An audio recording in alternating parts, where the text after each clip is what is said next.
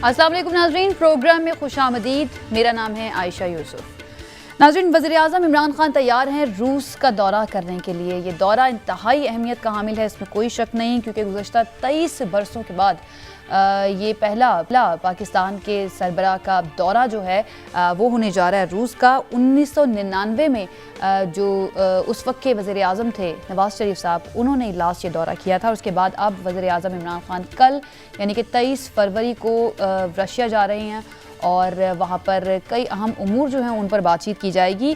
जैसे कि मैंने पहले कहा, इसकी अहमियत से इनकार नहीं है, लेकिन इसकी टाइमिंग जो है उसके ऊपर जो मुबस्सरीन है, आलमी उमूर के माहिरीन हैं, वो काफ़ी तहफ़्फ़ुज़ात का इजहार कर रहे हैं और उनका ये कहना है कि ये टाइमिंग एक इस तरह की है जो पाकिस्तान के लिए क्रिटिकल भी हो सकती है। कोई गलत इशारे भी जा सकते हैं, क्योंकि रशिया और यूक्रेन का तनाज़ा जो है या कशीदगी जो है इन दोनों ममालिक के दरमियान, वो बज़ाहिर अपनी उरूज पर हमें नज़र आती है, बहुत ज़्यादा बढ़ती हुई नज़र आती है। अगर हम इंटरनेशनल मीडिया को देखें तो लगता है ऐसा है कि रशिया तैयार है इन्वेड करने के लिए यूक्रेन में।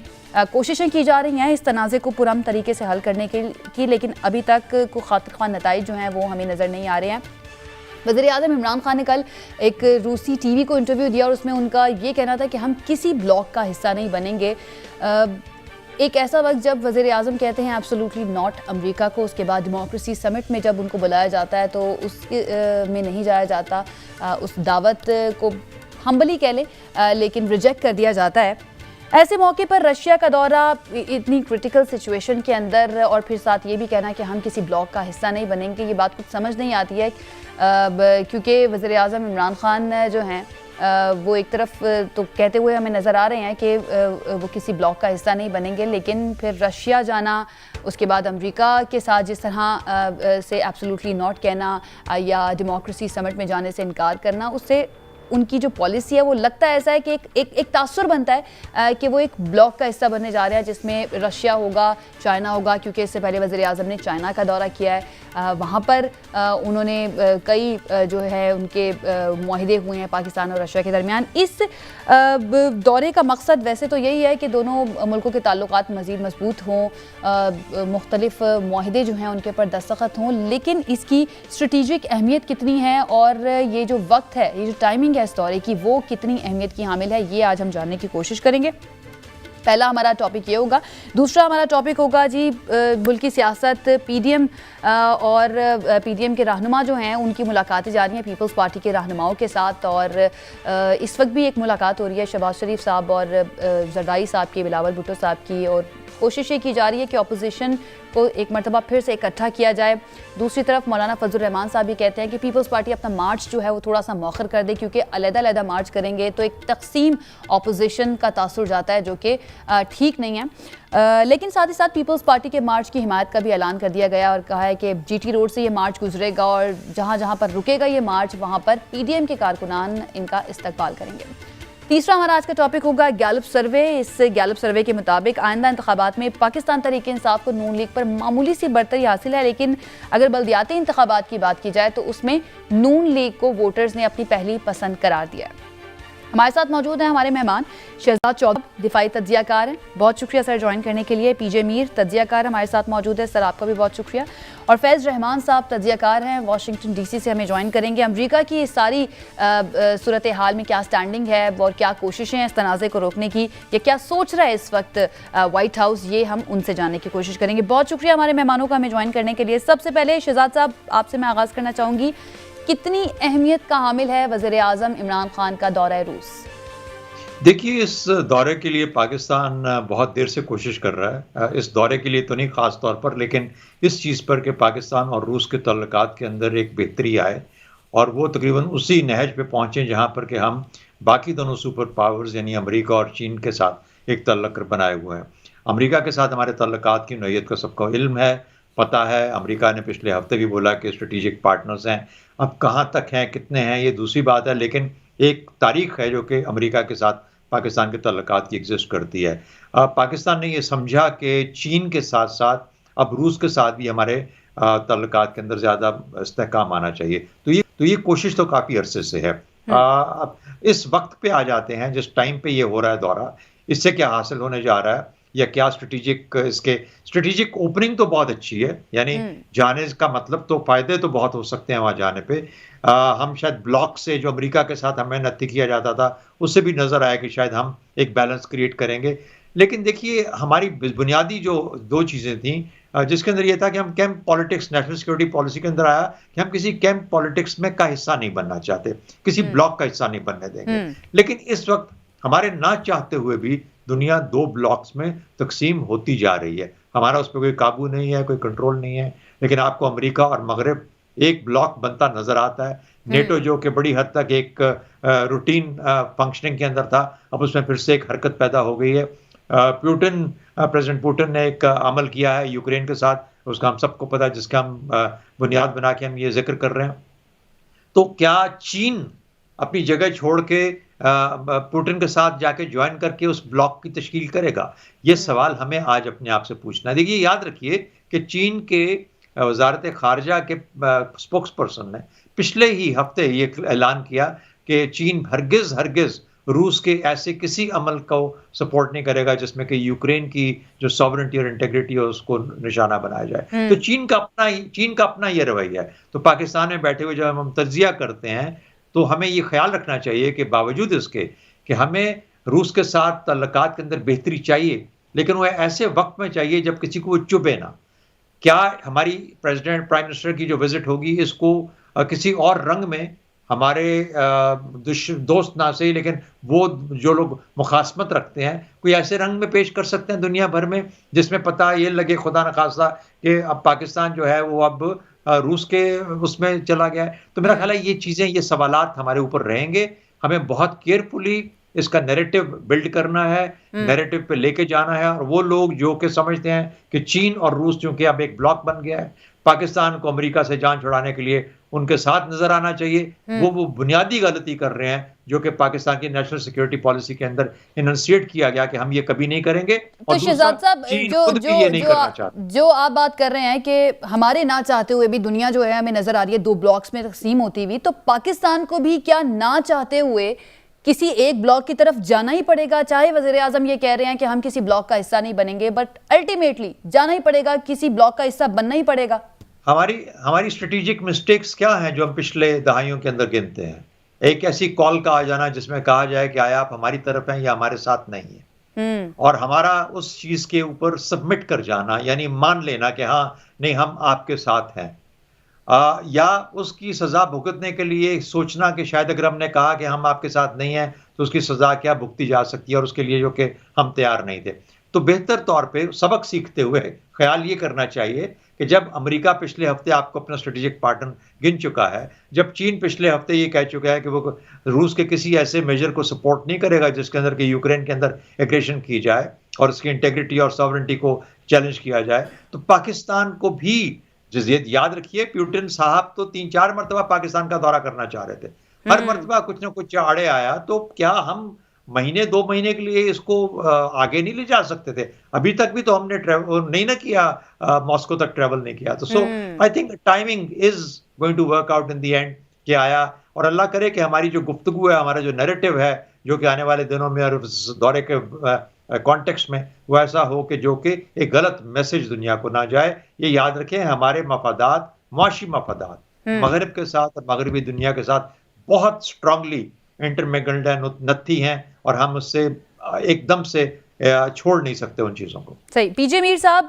कितनी अहमियत का हामिल है पाकिस्तान के लिए वज़ीर आज़म इमरान खान का दौरा रूस? और जैसे कि शहजाद चौधरी साहब बात कर रहे हैं कि एक आध महीने के लिए अगर आगे पीछे हो जाता ये दौरा तो इसमें पाकिस्तान के लिए ज़्यादा बेहतरी होती है, या इसी वक्त में ये समझा गया कि जी बहुत ज़रूरी है इस कॉन्फ्लिक्ट के दरमियान, जब कशीदगी इतनी उरूज पर है यूक्रेन और रशिया के दरमियान, कि इसी वक्त में ये दौरा किया जाए? देखें, आई एग्री विद शहजाद साहब, अगर ये महीना 2 महीने रुक जाते आपको यूक्रेन की पिक्चर क्लियर और ज़्यादा क्लियर हो जाती, हालांकि क्लियर हो गई है।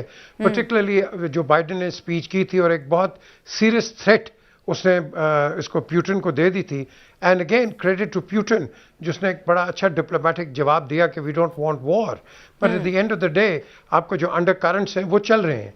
और ये यूक्रेन का आज का नहीं है, काफ़ी देर का ये सिलसिला उभर रहा था। और इवेंचुअली इनकी जो एक्सपेंशनिस्ट पॉलिसीज हैं रशिया की, going back into the union, ये अभी that remains to be scene.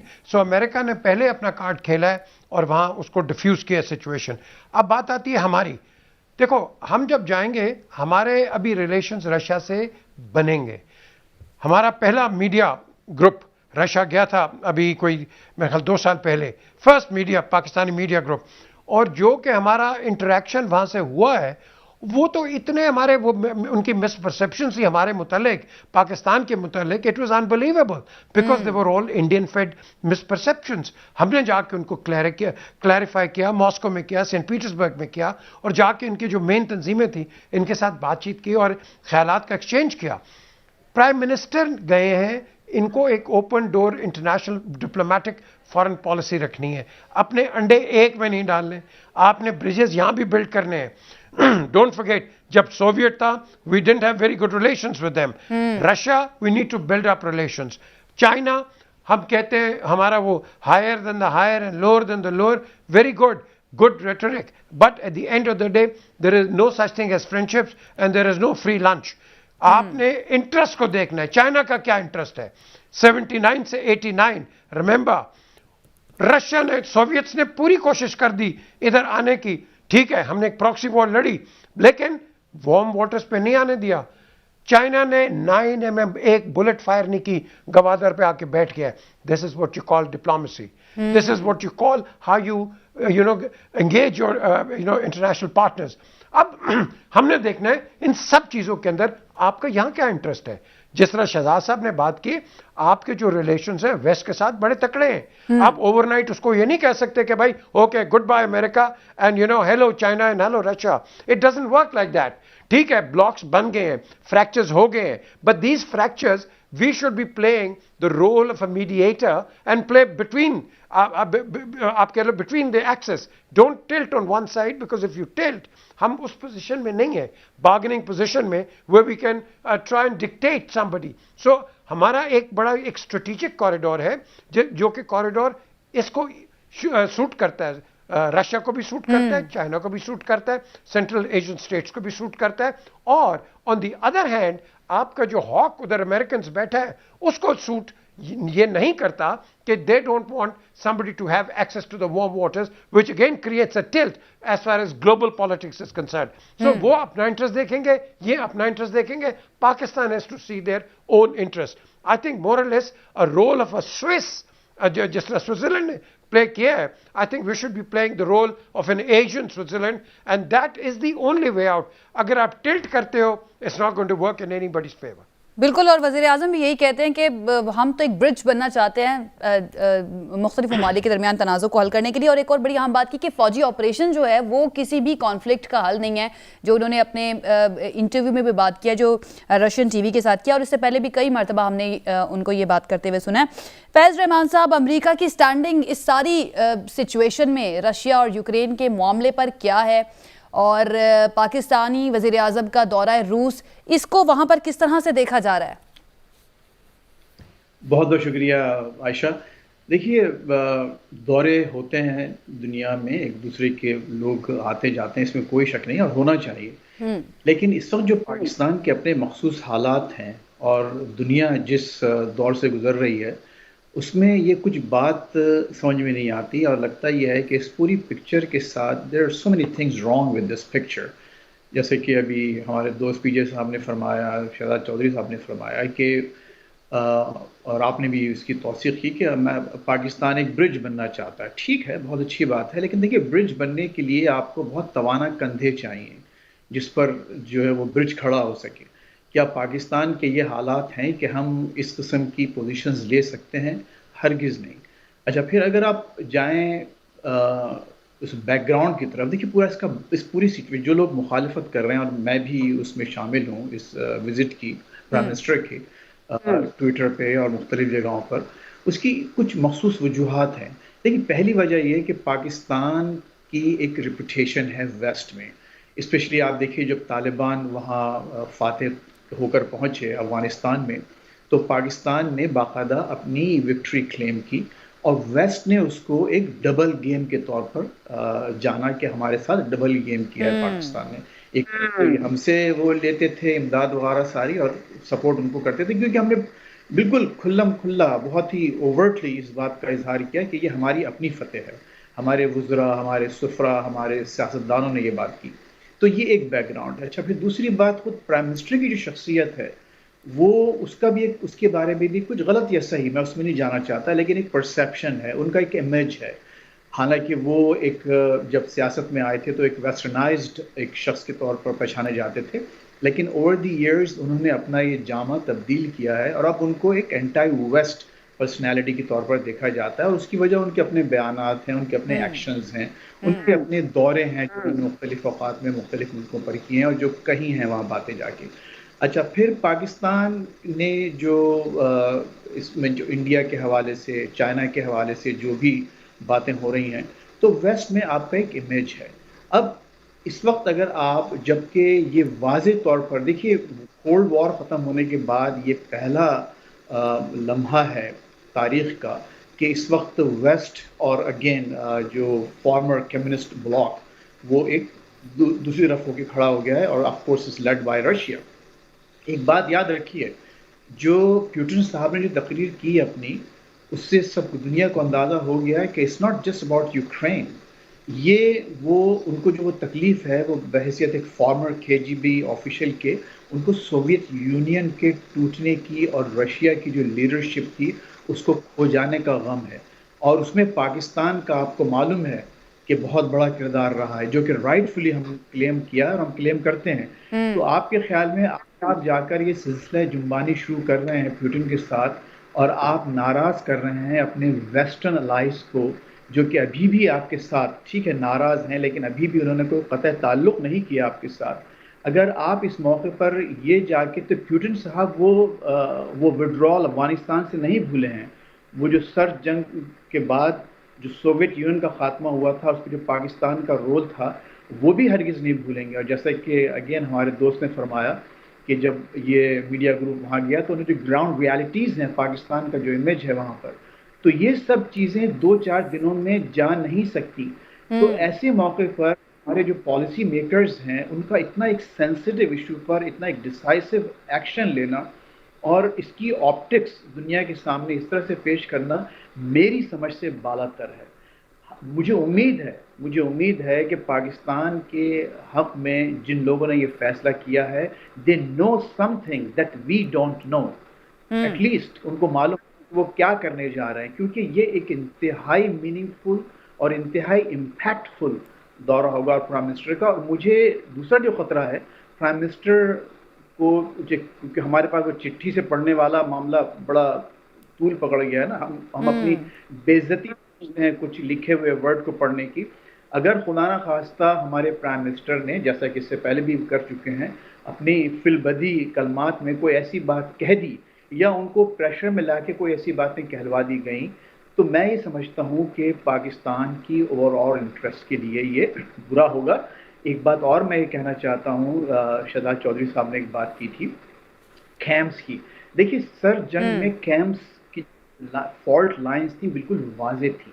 आज वो कैंप्स बनना इसलिए बहुत मुश्किल है कि जो उसमें जो उनके जो सरखेल हैं या सुरखेल हैं, अमेरिका, चाइना, रशिया, इनकी आपस में जो इतनी, इट्स ए ग्लोबल विलेज।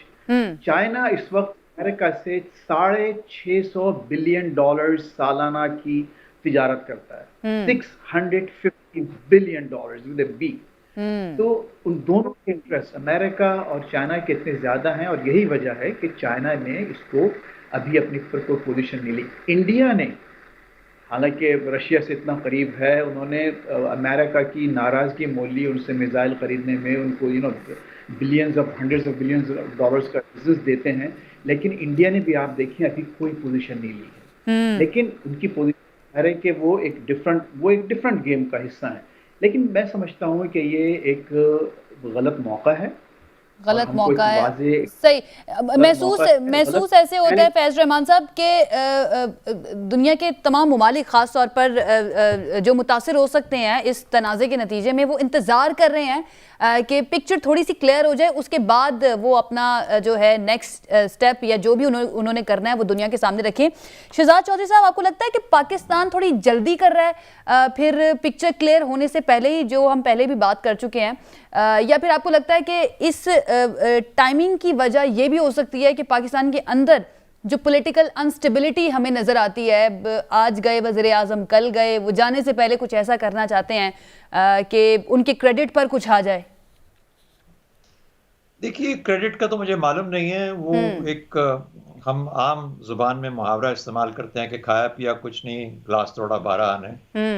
उल्टा गले पड़ सकता है इस किस्म का दौरा जो होता है, खासतौर पे अगर आपको कुछ मिले ना वहां से। देखिए, पुतिन इस वक्त मुकम्मल तौर पर उलझे हुए हैं यूक्रेन के अंदर। तो वो क्या आपके साथ बैठ के किस किस्म की स्ट्रेटेजिक इकोनॉमिक रिलेशनशिप के ऊपर सोच विचार करेंगे, उनके ऊपर उनके पास कितना वक्त होगा इन चीज़ों के लिए।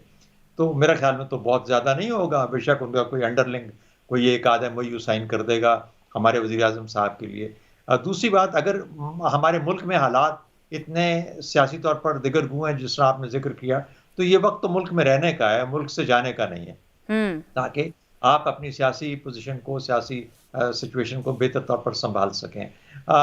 तो ये चीज़ें हैं जो कि नज़र आती हैं। अलबत्ता देखिए, एक चीज़ की तवक्को की जानी चाहिए कि अब अगर हो ही रहा है और ये बदलेगा नहीं, और हो सकता है जो भी वजूहात हैं जिसकी वजह से ये जा रहे हैं, इसी तरह का एक बैलेंसिंग एक्ट अमेरिका के साथ भी पाकिस्तान को, चाहे ओवर्ट ना सही कोवर्ट ही एक चीज़ हो सकता है कि चल रही हो, जहां हम अमेरिका को ये क्लैरिफाई कर रहे हो कि इसकी वजह क्या है इस तरह की चीज़ के करने की, या कर चुके हों, हम ऑलरेडी बता चुके हो कि इसका मतलब कुछ ज़्यादा मत लीजिएगा, ये एक ऐसी चीज़ है जो काफ़ी अरसे से प्लान्स में थी और जिसको अभी ये वक्त हो रहा है।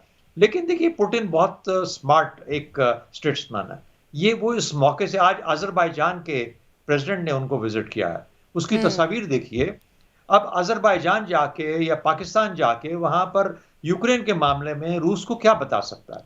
जिस तरह कहा गया कि हमारे कंधे उतने मजबूत नहीं हैं कि हम ये वजन उठा सकें, तो हम तो अपने घर में इतने कमजोर हैं कि हम अपने तौर पे अपने आप को संभालने की कोशिश कर रहे हैं। तो अगर हम उसको कोई स्पिन भी देंगे आने के बाद और कहेंगे कि हमने, हमारे कहने की वजह से जंग रुक गई, या हमने पुतिन को ये समझाया कि आप देखिए जंग में ना जाइए, कि जरूर कहना चाहिए, अच्छी बात है, लेकिन मेरा नहीं ख्याल कि दुनिया उस पर कोई बहुत ज्यादा, तो जैसा मैंने कहा, बुनियादी तौर पर होगा क्या, क्योंकि हमारे यहाँ नैरेटिव्स कोऑर्डिनेटेड और एक इंटेग्रिटी और रब्त के साथ नहीं डेवलप किए जाते। तो होगा क्या कि वही वाली बात कि खाया पिया कुछ नहीं, गिलास तोड़ा 12 आने, वो 12 आने हम किसको पे करेंगे, वो तकरीबन हमें अब अंदाजा है कि हमें कहाँ 12 आने देने पड़ेंगे। सही। पीजे मीर साहब, आप फैज़ रहमान और शहजाद चौधरी साहब की बात भी सुन रहे थे। फैज़ रहमान ने अब एक बात की कि जिस वक्त अमेरिका निकल के गया अफगानिस्तान से, और जिस तरह से यहाँ से नारे लगाए गए कि ये सिर्फ अफगानिस्तान की नहीं बल्कि पाकिस्तान की भी जीत है, तो एक तरह से अमेरिका में इसको डबल गेम के तौर पर लिया गया।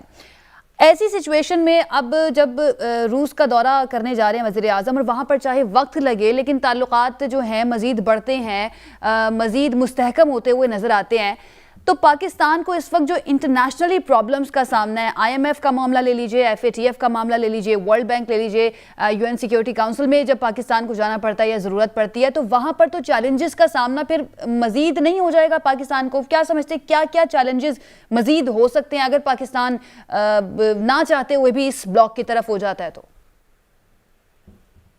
देखिए, जब हम कहते हैं ना कि जीत है, कोई जीत नहीं है, किसी की जीत नहीं है, बल्कि ये मैं कहूँगा ये एक नेशनल और इंटरनेशनल डिफीट है, particularly Afghanistan point of view के साथ, क्योंकि हमने आवाम को देखना है, उनकी जुंटा को नहीं देखना है। ये इलेक्टेड लोग नहीं है इस वक्त जो बैठे हुए हैं, और यही अमेरिका शोर कर रहा है। हमारा अपना प्रॉब्लम क्या है? हमारा जो प्रॉब्लम है वो है ट्रस्ट डेफिसिट का। हमारा ट्रस्ट डेफिसिट है रशिया के साथ। आपने इनके साथ स्टील मिल्क के साथ जो हाथ किया है, इनसाइडर में आपको बता सकता हूं कि Putin was not very happy. आपको शौकत अजीज साहब खुद बता देंगे। उसने अपने मूड्स भी दिखा दिए थे एक प्राइम मिनिस्टेरियल विजिट के ऊपर। आपके जो डिप्लोमेटिक रिलेशंस हैं, America doesn't trust you, we don't trust America, आपके ट्रस्ट डेफिसिट है बिटवीन पाकिस्तान एंड इंडिया, आपका ट्रस्ट डेफिसिट है बिटवीन पाकिस्तान एंड अफगानिस्तान, आपका ट्रस्ट डेफिसिट है बिटवीन ईरान एंड पाकिस्तान। आप एक ऐसे ककून में फंसे हुए हैं जहां आपने अपनी इंटरनल जो आपकी जो पॉलिसीज हैं इसको स्टेबलाइज करो।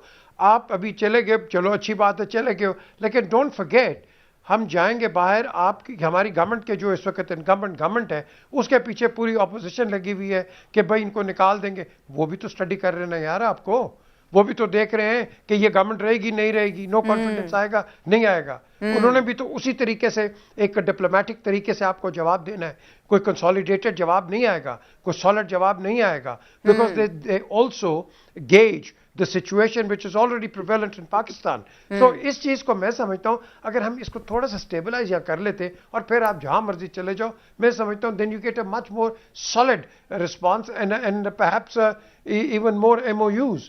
लेकिन इस वक्त मैं समझता हूँ बड़ी एक आप कह लो एक फ्रेजाइल सिचुएशन है ऑल अराउंड, क्योंकि आपने, मैं बार बार कहता हूँ कि ये जो हमारे कई पॉलिटिकल पंडित्स बैठे हैं, you can not break away with the United States of America, although हमारी इनसे इस मैरिज के अंदर सेपरेशन भी हुई है लेकिन डिवोर्स नहीं हुई, हमारी डिवोर्स नहीं हो सकती इनके साथ। लेकिन जिस तरह के बयानात हमें नजर आते हैं पीजे मीर साहब, जिस तरह के बयानात हमें नजर आते हैं वज़ीर आज़म की तरफ से, लगता है ऐसी है कि बड़ी जल्दी डिवोर्स हो जाएगी, क्योंकि एब्सोल्युटली नॉट। फिर उन्होंने जो इंटरव्यू दिया है रशियन टीवी को, उसमें उन्होंने ये वाजे किया है कि जिस वक्त अमेरिका को हमारी ज़रूरत होती है वो हमें साथ मिला लेते हैं, जब ज़रूरत नहीं होती, हम मुश्किल में होते हैं तो हमें बीच में छोड़ दिया जाता है। तो आपको नहीं लगता कि जैसे फैज़ रहमान साहब भी कह रहे थे कि डिप्लोमेसी बड़ा सेंसिटिव टॉपिक है, और आपने भी ये बात की कि चाइना ने किस तरह से एक गोली नहीं चलाई और आकर वो गवादर में इस वक्त बैठा हुआ है, अपने इंटरेस्ट को देख रहा है। तो आपको लगता है कि पाकिस्तान के लिए बेसिकली डिप्लोमेसी जिस तरह से चलाई जा रही है, जिस तरह से दूसरे मुल्कों के साथ ताल्लुकात बनाने की कोशिश की जा रही है, ये तरीकाकार या ये बयानात का इस तरह से आना, ये ठीक नहीं है? देखें, जो प्राइम मिनिस्टर बात कर रहे हैं, मेरा ख्याल है सब प्राइम मिनिस्टर्स ने ये दबे लफ्ज़ों में यही कहा है, लेकिन इस प्राइम मिनिस्टर ने खुल के बात की है बिल्कुल, और यही है उसने की है हिलरी क्लिंटन ने एक कांग्रेचुनल हेयरिंग के आगे हमने इस्तेमाल किया, उसके बाद उनको भी बाहर फेंक दिया। बिल्कुल अमेरिका ने आपको इस्तेमाल किया, लेकिन हम भी तो मिसकंस्ट्रू कर जाते हैं ना। 71 में हाँ जी 7वां बेड़ा आ रहा है, और यार वो कभी नहीं कोई आपके लिए लड़ेगा, ना चाइना लड़ेगा, ना रशिया लड़ेगा, ना अमेरिका लड़ेगा, कोई नहीं लड़ता। वो इवैक्यूएशन के लिए आई थी 7th फ्लीट, वो अपने बंदे उठा के ले गई है बिकॉज वो नजदीक थी, वहां हम बड़े उम्मीद पे बैठे हुए थे। एक तो हम मिसपरसेप्शन अपने अंदर खुद ही क्रिएट कर लेते हैं। यहां आपने एक जो परसेप्शन क्रिएट करना है वो एक पॉजिटिविटी का करना है, और ये नहीं कि आप उसको क्रिटिसाइज करते जाएं। आप पे क्रिटिसिज्म की है ना, जब जॉन कैरी इधर आया था गवर्नर हाउस में, क्या कहा था उसने, और तुम हमसे पैसे भी ले लेते हो, हमें गालियां भी देते हो, अगर तुम ये करना है तो हम तुम्हें नहीं देते पैसे। तो बिल्कुल सही बात है, ये आपको जो पैसा मिलता है आप उसको मिसअप्रोप्रिएट कर देते हो, आप उसको खा जाते हो, और फिर कहते हो कि अमेरिका हमारे लिए करता नहीं है। अमेरिका करता है, we don't disperse it properly. यही आपकी प्रॉब्लम डिफिट के साथ रही है, जो डिपार्टमेंट फॉर इंटरनेशनल कंस्ट्रक्शन है, डेवलपमेंट है, वो आपको खुला पैसा दे रहा था, मिलियंस दे रहा था, यहां पता ही नहीं लग रहा था पैसा कहां गया। अब क्या है, डिस्पर्शन सारी जो डिस्बर्समेंट है वो डिफिट खुद कर रहा है। अच्छा, यूएसएड वो आपको यहां पैसे दे रहा था, आपने उड़ाना शुरू कर दिया, अब क्या हो रहा है, वो खुद डिस्बर्समेंट करे। हमने अपनी करप्शन को तो पहले ठीक करना है ना यार। और आप कहते हैं कि जी हमें देते नहीं है, बिल्कुल सही कहते हैं, हमें क्यों नहीं देते। 80% जो ये देते हैं एड, उनमें वो 80% तो उनकी तनख्वाह में चला जाता है, जो कि इंटरनेशनल ये बाहर अमेरिका और यूरोप के अंदर तनख्वाह लेते हैं, ये तो वहां चला जाता है। तो एड क्या आएगी आपके पास, जो एड खुली आ रही थी आप उसको मिसअप्रोप्रिएट करें। तो मैं समझता हूं आप सबसे पहले मिसट्रस्ट को ठीक करो, मिसट्रस्ट को ठीक करने के बाद आप एक कमांडिंग पोजीशन में आओ। ये प्राइम मिनिस्टर ठीक है, अच्छी बात है, ये करप्शन खत्म करने पे लगा, I back him, but he should not be targeting people कि नहीं जी इसके। Let the organizations, whether it is the courts, whether it is accountability bureau, let them get on with it. Prime Minister साहब, आप मुल्क की बेहतरी के लिए काम करो and get on with it, because आपके पास 1.5 साल है and people will ask you ठीक है, what have you done. ठीक है पीजे मीर साहब। फैज रहमान साहब, एक जो माहिरीन है वो तबसरा ये भी करते हैं कि एक तरफ तो हमें नजर आता है कि हमारे अमेरिका के साथ ताल्लुकात में ऊंच नीच हमें नजर आती रहती है, या अभी जिस तरह से ये दौरा कर जा रहे हैं वज़ीर आज़म रशिया का, तो ये कहा जाता है कि हम ये चाहते हैं कि बाकी मुल्क, सिर्फ अमेरिका के साथ या चाइना के साथ नहीं बल्कि बाकी मुल्कों के साथ भी अच्छे ताल्लुकात जो हैं वो हमारे कायम हो। शायद इसीलिए एक बैलेंसिंग एक्ट जो है वो पाकिस्तान की तरफ से किया गया। यूक्रेन की नायब वज़ीर ख़ारजा से पाकिस्तानी सफ़ीर ने मुलाकात की और वहाँ पर उन्हें हिमायत का यकीन दिलाया कि उनकी जो मुल्क की सलामती है और ख़ुद मुख्तारी है यूक्रेन की, उसकी वो हिमायत करते हैं। तो आपको नहीं लगता कि बाकी मुल्कों के साथ ताल्लुकात भी बढ़ने चाहिए पाकिस्तान के? इसको इस तनाजुर में भी अमेरिका को देखना चाहिए कि सिर्फ अमेरिका या चाइना या कोई एक कंट्री नहीं या कोई एक ब्लॉक नहीं बल्कि बाकी मुल्कों के साथ भी अच्छे ताल्लुकात पाकिस्तान चाहता है, जिसमें कोई बुराई नहीं है। जी आयशा, देखिए पहले तो एक जो अभी जिक्र हुआ डिवोर्स का कि अमेरिका और पाकिस्तान की डिवोर्स हो रही है, या कम से कम हमारे प्राइम मिनिस्टर चाहते हैं कि हम वो वहाँ से अपना क़िबला चेंज कर लें। देखिए ये मैं समझता हूँ कि अमेरिका तो डिवोर्स नहीं दे रहा, प्राइम मिनिस्टर खुला लेना चाह रहे हैं। इनका इस पे इसरार है कि जी आप हमें हमारा पीछा छोड़ें, हम दूसरों की तरफ जाना चाहते हैं। देखिए क्लिशे है डिप्लोमेसी का, आप सब जानते हैं कि कौमें अपनी फॉरेन पॉलिसीज़ या कोई भी पॉलिसीज़ अपनी कौमी मफादात की बुनियाद पर बनाती हैं, अपने इंटरेस्ट की। अच्छा, उसमें कौमी मफादात के साथ साथ आप ये भी इजाफा कर लीजिए कि उस मौके पर जो हेल्म्स पे जो होते हैं, जो सुदूर वज़राए आज़म वगैरह, वो अपने ज़ाती मफादात, अपने सियासी मफादात को भी मद्देनजर रखते हुए ये पॉलिसीज, इसमें कोई शक नहीं है और इसमें 100% परफेक्टली ऑलराइट। लेकिन आप ये देखिए कि अगर आपने ये पॉलिसी बनाई है कि ठीक है हम आज जाकर वहाँ पर वो करना चाहते हैं, फिर आपने एक बैलेंसिंग एक्ट का जिक्र किया, मैंने एक्चुअली उस पर ट्वीट किया था। वो तो एक हमारे जो सफ़ीर साहब ने वहाँ जो मुलाकात की डेप्टी फॉरेन से गालिबन यूक्रेन में, तो उन्होंने कहा कि ठीक है हम यूक्रेन की सॉवरेंटी और उसको उसकी इंटेग्रिटी का पास रखते हैं और हम अर्ज करते हैं कि सब उसका ख्याल रखें। तो ये बैलेंसिंग नहीं, माफ़ कीजिएगा, ये बड़ा अनबैलेंसिंग एक्ट था और मैं इसे प्राइम मिनिस्टर के लिए एक सैबोटाज समझता हूँ। डू यू थिंक कि आप ये बयान दे रहे हैं और जाके क्रेमलिन में बैठेंगे और ये बयान जब वहाँ से नज़रों से गुजर चुका होगा तो it will be received well in Kremlin while he's having all those meetings? Not really. तो again ये खुद मेरी समझ में नहीं आती। एक तरफ तो आप ये सब कुछ कर रहे हैं, वेस्ट को आप मैसेज देना चाहते हैं कि नहीं हम एक अपने आप को रीअलाइनमेंट की तरफ ले जा रहे हैं, हम अपने मफादात को देखेंगे। आप जरूर अपने मफादात देखें, लेकिन आप ये भी देखिए कि इस वक्त पाकिस्तान दुनिया का वो मुल्क है जो 51 मिलियन वैक्सीन आपको मिली है। अमेरिका ने जो सबसे बड़ा सही ठीक है। माजरत के साथ फैज रहमान साहब, वक्त हमारे पास खत्म हो गया है इस सेगमेंट का। शुक्रिया हमारे मेहमानों का हमें ज्वाइन करने के लिए। एक ब्रेक लेते हैं, ब्रेक से वापस आएंगे तो हमें बात करनी है गैलप सर्वे से मुतालिक। इस सर्वे के मुताबिक कौन सी सियासी जमात आगे है, ये सर्वे होते कैसे हैं और इस सर्वे ये जो सर्वे हैं इनका आवाम की जो राय आमा है उसके ऊपर क्या असर होता है, किस तरह से ओपिनियन मेकिंग करते हैं आवाम की। एक ब्रेक के बाद इस पर बात करेंगे। Stay with us. जी नाज़रीन, ब्रेक के बाद खुशामदीद। प्रोग्राम के इस हिस्से में हम बात करते हैं गैलप के नए सर्वे से मुतालिक। एक नया सर्वे गैलप पाकिस्तान की जानिब से जारी किया गया है जिसके मुताबिक आइंदा आम इंतखाबात में पाकिस्तान तहरीक इंसाफ को मुस्लिम लीग नून पर मामूली बरतरी हासिल है, लेकिन अगर अब जो बल्दियाती इंतखाबात होने वाले उनकी बात की जाए तो उसके लिए 23% वोटर्स ने नून लीग को अपनी पहली पसंद करार दिया है, जबकि पाकिस्तान तहरीक इंसाफ 20% के साथ दूसरे नंबर पर है और पाकिस्तान पीपल्स पार्टी 10% वोटर्स के साथ तीसरे नंबर पर मौजूद है।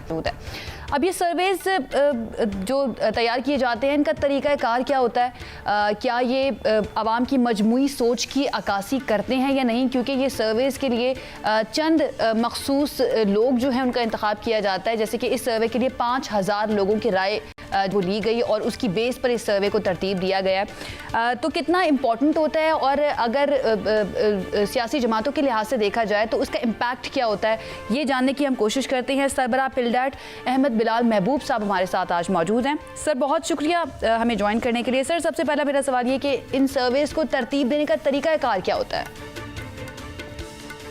देखिए ये जो सर्वे अब ये दुनिया भर में एक साइंस की हैसियत इख्तियार कर, यानी ये एक ऐसी नहीं है जिसके बारे में आप हैं कि ये ऐसी चीज़ है तो कभी नहीं होगी। ये अगर प्रॉपर तरीके के साथ किया जाए, जो एक सिस्टम है, तो उसमें इनके बहुत एक्यूरेट रिजल्ट्स आते हैं। जिस तरह आप मौसम को प्रेडिक्ट करते हैं, फोरकास्ट करते हैं कि 3 दिन के बाद बारिश होगी या 1 हफ्ते के बाद बारिश होगी, ये अब दुनिया में एक बहुत डेवलप्ड साइंस है। तो इसी तरह पब्लिक ओपिनियन पोल्स का जो निज़ाम है, ये भी एक साइंस की शक्ल इख्तियार कर चुका है।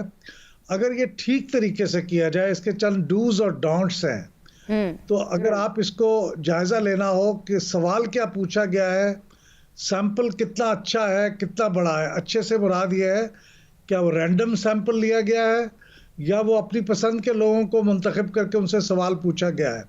तो अच्छे सैंपल का मतलब उसे रैंडम होना चाहिए, उसे पूरी आपके मुल्क की आबादी का रिप्रेजेंटेटिव सैंपल होना चाहिए। यानी जितनी औरतें पूरे मुल्क में हैं उतने ही सैंपल में होनी चाहिए, जितने उसमें पढ़े लिखे लोग पूरे मुल्क में हैं उतने ही पढ़े लिखे लोग आपके सैंपल में होने चाहिए। तो एक रिप्रेजेंटेटिव सैंपल अगर हो, सही सवाल पूछा जाए और तादाद अच्छी हो, यानी पाकिस्तान के बारे में कहा जाता है कि 3000 का सैंपल बहुत अच्छा सैंपल है और 5000 का अगर सैंपल है तो वो तो बहुत ही अच्छा है। तो इसलिए मैं समझता हूँ कि एक साइंस है, लेकिन इस साइंस को जज करने का लोगों के पास एक चंद बुनियादी मालूमात होनी चाहिए, जो मैंने आपकी खिदमत पे चंद बातें अर्ज की हैं। तो ये बहुत एक्यूरेट है, दुनिया भर में इस्तेमाल हो रहा है और सियासी जमातें भी अपने पोलस्टर रखती हैं, वो भी अपने अपने पोल करती रहती हैं। ज़ाहिर है उसको पब्लिसाइज नहीं करती ताकि उन्हें पता चलता रहे कि पब्लिक ओपिनियन उनके हक में या उनके खिलाफ कितनी है। और डेफिनेटली इन सर्विस के ऊपर भी उनकी नज़र रहती होगी। लेकिन सर, जिस तरह से आपने कहा कि अब ये साइंस बन चुकी है और सैंपल के ज़रिए जो है अंदाज़ा लगाया जा सकता है कि पूरी आवाम जो है उसकी सोच क्या है। लेकिन सर, क्या ये आवाम की मजमूई सोच की अक्कासी करता है इस तरह के सर्विस, अगर सिर्फ चंद हज़ार लोगों की बात कर ली जाए तो? जी, अगर ये सैंपल ठीक से मुंतखब किया गया हो और उसका एक तरीका है साइंसी अंदाज में कि वो कैसे मुंतखब होता है, एक रैंडम सैंपल कैसे बनाया जाता है, अगर वो उसी साइंसी बुनियाद पे जो इसके दिए गए गाइडलाइंस हैं उसके मुताबिक बनाया जाए, तो फिर ये बिल्कुल पूरे मुल्क की अक्कासी करता है। जैसे एक बिल्कुल आम सी एक देहाती मिसाल ये है कि आप देख के अंदर जो पकाने वाला है वो चंद दाने चावल के निकाल के चख लेता है, तो उसे पता चल जाता है कि चावल तैयार है, उनके अंदर नमक पूरा है और वो खाने के काबिल है या नहीं। तो बिल्कुल ऐसे ही है कि 5000 का सैंपल बाज़ार तो लगता है बहुत थोड़ा है 22 करोड़ के आबादी में, लेकिन हकीकतन अगर वो अच्छे तरीके से सैंपल मुंतखब किया हुआ है तो वो बिल्कुल अक्कासी करेगा और आपको सही सही बताएगा। और कई कई गलतियां भी हो जाती हैं क्योंकि वो सैंपल रिप्रेजेंटेटिव नहीं होता और कुछ हालात बदल जाते हैं, लेकिन बिलअमूम ये आपकी नेशनल जो पॉपुलेशन के सोच की अक्कासी कर रहा होता है।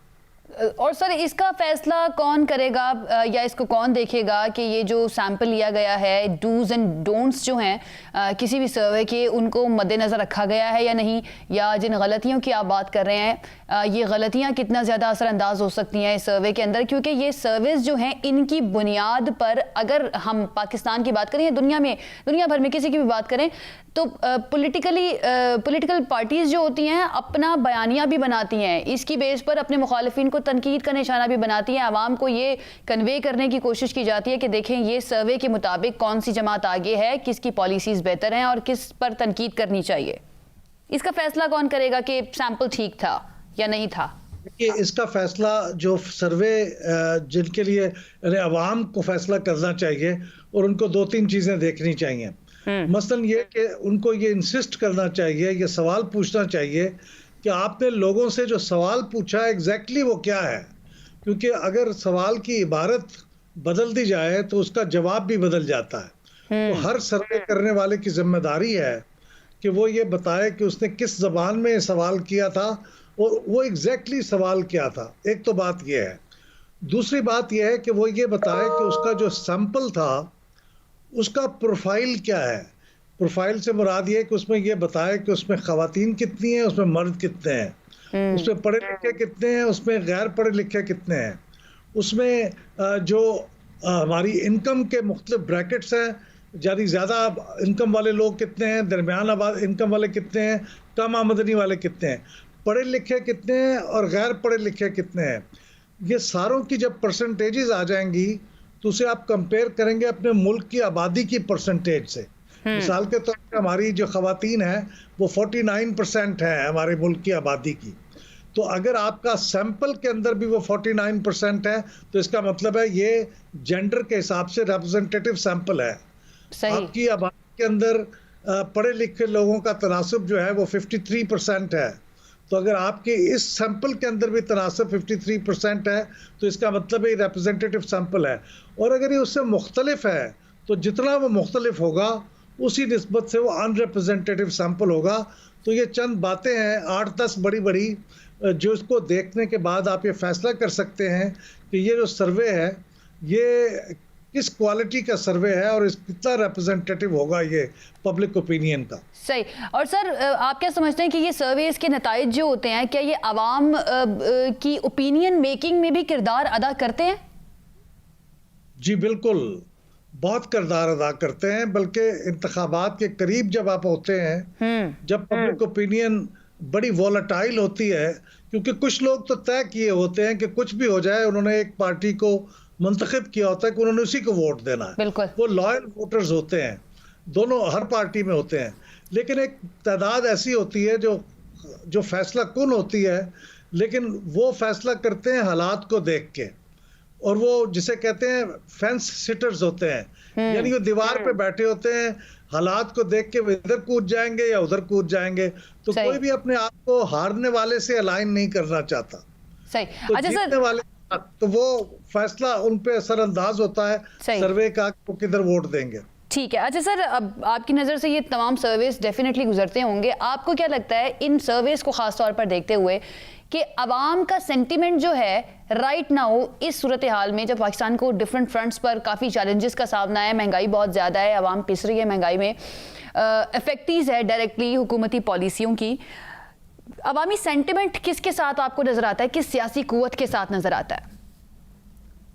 अच्छा देखिए, ये एक बात जहन में रखनी चाहिए कि जब इलेक्शन का वक्त आता है तो उससे जो पहले 2-1 महीने होते हैं, बल्कि आखिरी 1 महीना होता है, वो बात बहुत फैसला कुन होता है कि उसमें क्या डेवलपमेंट्स होती हैं। इसलिए हालात बदल सकते हैं। लेकिन अगर आज के मैं हालात को गेज करने की कोशिश करूं और इन पोल्स के नतीजे के रोशनी में देखने की कोशिश करूं तो ये बात तो वाज़े नज़र आती है कि पाकिस्तान तहरीक इंसाफ की जो पॉपुलैरिटी थी और उसकी जो फॉलोइंग थी वो काफ़ी कम हो गई है। कम हुई है, यानी इतनी कम तो नहीं हुई कि वो फैसला कुन हो कि आज वो हार जाएंगे अगर इलेक्शन हो, लेकिन वो अपनी उस पॉपुलैरिटी जिस पे वो 2018 में खड़े हुए थे उसके मुकाबले में नीचे आए हैं।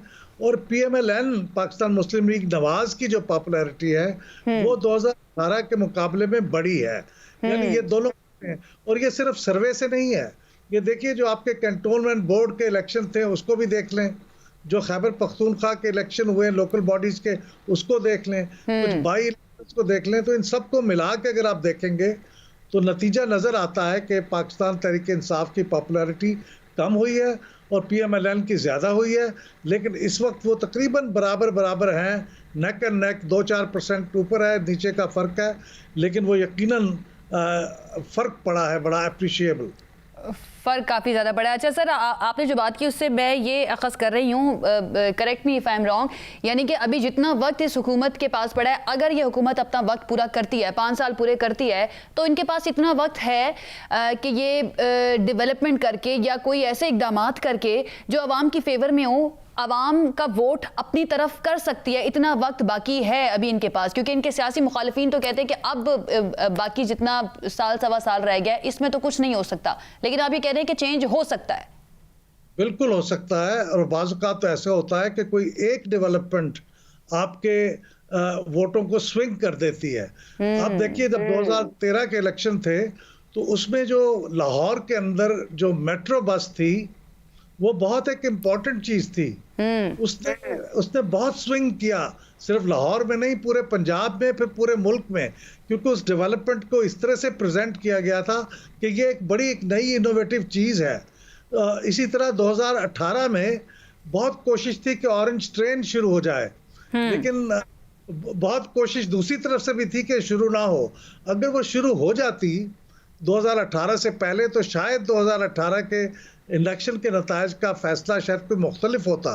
तो इसलिए बहुत मौके हैं अभी पीटीआई के पास अगले 1.5 साल में अपने परफॉर्मेंस दिखाने के और उसके नतीजे में पब्लिक ओपिनियन को चेंज कर। सर आपको क्या लगता है ऐसे कौन से 2-3 खास तौर पर इश्यूज हैं जिनके ऊपर अगर ये हुकूमत काम कर ले, डिलीवर कर दे, आवाम की सुन ले, खास तौर पर 3-4 इश्यूज को लेकर, तो आवाम का वोट हुकूमत की तरफ हो सकता है? ऐसे कौन से 2-3 इश्यूज आपको लगता है? देखिए, एक तो मैं जो चीज देख रहा हूं वो है सेहत कार्ड। अब सेहत कार्ड का जो कार्ड है वो बहुत इफेक्टिव है। वो अगर वाकई ठीक से चल पड़ा, अगर उसने 2-3 वाकयात पिछले चंद दिनों में आए हैं जिससे उनकी रेपुटेशन खराब भी हो सकती है कि अगर लोगों का एक्सपीरियंस ये हुआ कि हम गए और हमें इलाज नहीं मिला, हम गए और हॉस्पिटल रिफ्यूज कर दिया, तो उससे शोहरत खराब हो जाएगी। लेकिन अगर ये वाकई ठीक से चला तो ये बड़ा गेम चेंजर होगा। देखिए ना, लोगों को, ये तो तरक्की याफ्ता मुल्कों के अंदर भी नहीं होता कि लोग जाएं और उनको हॉस्पिटल्स के अंदर मुफ्त इलाज मिल जाए। ये बहुत बड़ी चीज होगी। और अगर ये कामयाब हो गया पंजाब में, खैबर पख्तूनख्वा में भी किसी हद तक कामयाब पहले है, लेकिन अगर पंजाब में हो गया तो ये बहुत फर्क डालेगा पीटीआई के हक में, और उसके खिलाफ भी जा सकता है अगर ये ठीक से ना चला। और दूसरा, नौजवानों के लिए एक कामयाब जवान प्रोग्राम है जी, इसमें भी वो करते रहे हैं और लोगों को दे रहे हैं। अगर ये वाकई लोगों को पता चला कि ये बिल्कुल मेरिट के ऊपर हो रहा है और इसमें किसी किस्म की पॉलिटिकल वो नहीं है, विक्टिमाइजेशन या अपने लोगों को नवाजने की कोशिश नहीं है, और वाकई लोगों को कर्जे मिल रहे हैं, तो ये भी बहुत मेरे ख्याल में एक चेंज होगी। क्योंकि हमारे मुल्क में जो वोटर्स की तादाद है इस वक्त सबसे बड़ी तादाद नौजवानों की है, 40% के करीब, और वो बिल्कुल गेम चेंजर है। सही, बहुत शुक्रिया अहमद बिलाल महबूब साहब, सरबरा पिल्डा साथ मौजूद थे, और हुकूमत के पास अब भी काफ़ी वक्त मौजूद है। अहमद बिलाल साहब ये कहते हैं कि अगर चंद इश्यूज़ के ऊपर काम कर लिया जाता है, डिलीवर कर दिया जाता है, ख़ास तौर पर सेहत कार्ड और कामयाब जवान प्रोग्राम जो कि एक बहुत बड़ी तादाद में हमारे मुल्क के अंदर है, उनके लिए काम किया जाता है, तो ये गेम चेंजर साबित हो सकता है इस हुकूमत के लिए। ये था हमारा आज का प्रोग्राम। कल एक मरतबा फिर से हाजिर होंगे। अपना ख्याल रखिए, हमें इजाज़त दीजिए। अल्लाह हाफ़िज़।